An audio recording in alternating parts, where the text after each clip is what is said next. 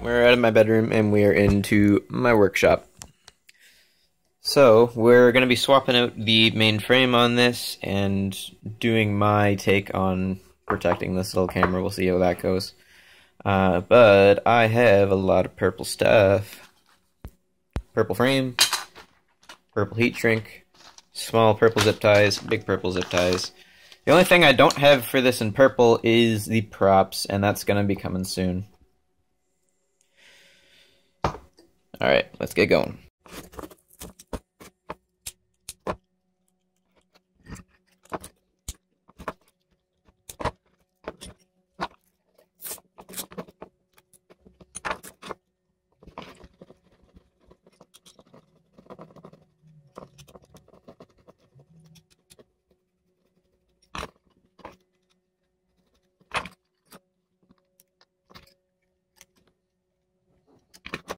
Doing to make this stack, I mean there's the proper way to do it, which is with nylon standoffs, but what I'm doing is just taking these long screws. I will put the measurements in the description, whatever they are. I haven't measured them yet. I think they're 20 or 22 millimeters or something like that. But if you get yourself some fuel tubing for nitro vehicles in the color that you want, you can just chop it up and you have like all the spaces you could ever want in exactly the right height that you want. You just need to use one of these kinds of blades carefully without cutting yourself.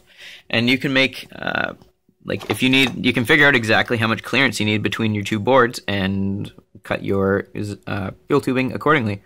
So that's how that's done.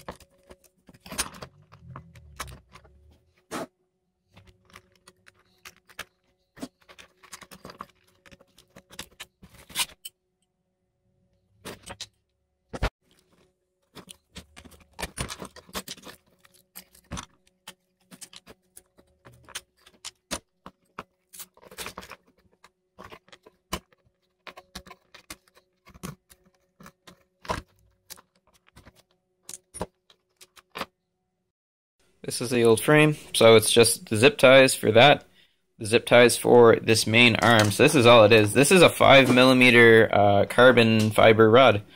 They are hollow on the inside. You don't need that for the front arm, but for this, the way this is constructed is, it's a little sketchy, but I'm testing it out. It seems to be working so far. It's one of these rods with like a perfect hole in it for a 3mm screw. And I got some really long, I don't know what it's, I think this is a 60mm 3mm screw by Tamiya. It's a Phillips head. And it comes in this kit right here.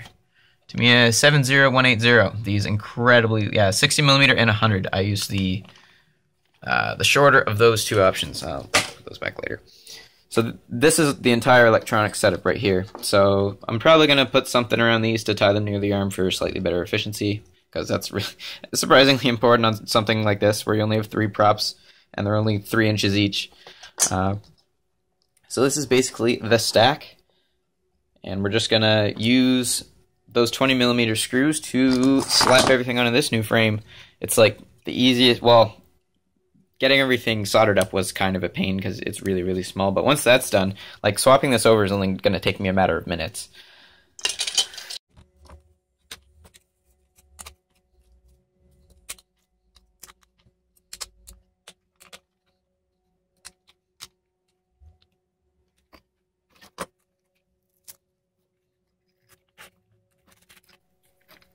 This satellite receiver right here is just held on by a piece of shrink tube. And that shrink tube is CA'd like around here. Like I just took some thin CA and put a dab right here, and it also went and just got sucked into there. So this does not actually have any CA on it. As you can see, it can move freely in here, but it holds it next to the battery, and that's all I needed to do. So that's how I did that. Alright, I might as well get it fitted to the right battery size now. I'll put this on too. The way this is held on is I think I kind of came up with this. You cut a slot in the heat shrink right here and right here, and then you feed this through like a belt loop, and it just sits on top. And that's I have had great luck using that compared to other methods like double-sided tape and stuff like that.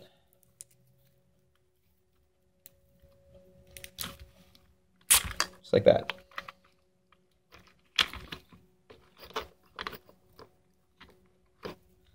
Set the tightness on this properly later. Yeah, it's super loose.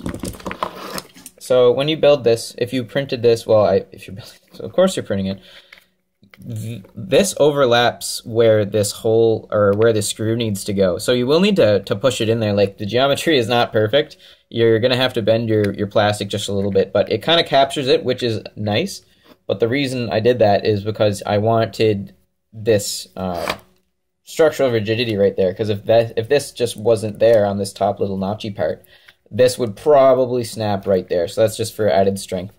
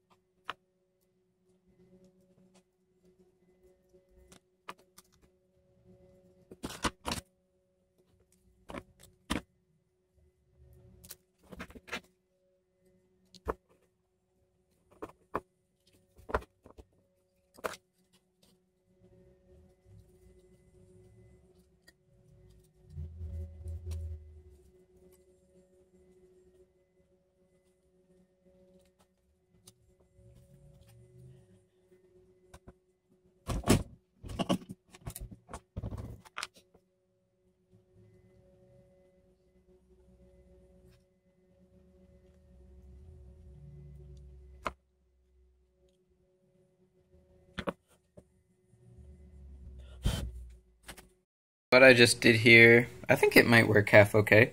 As you can see, I just used the same zip tie that's holding this front arm on and just continued it, and I've got this little loop bumper type thing. So I think this is gonna take a fair bit of force before you're ever gonna get like to the camera and actually hit it. So really, like, I don't know, I think that might work. So I put a little bit of thin CA in there, and it's just drying right now, and then I'm going to snip the bottoms of it, and I think it looks kind of cool. Little protective bubble type thing. So I think I'm going to keep I'm being really lazy with this, by the way. I am making it purple, but I'm not going to wrap the ESCs right now just because I don't feel like soldering them. I'll have to solder them at some point in the future, no doubt, so I'll do it then.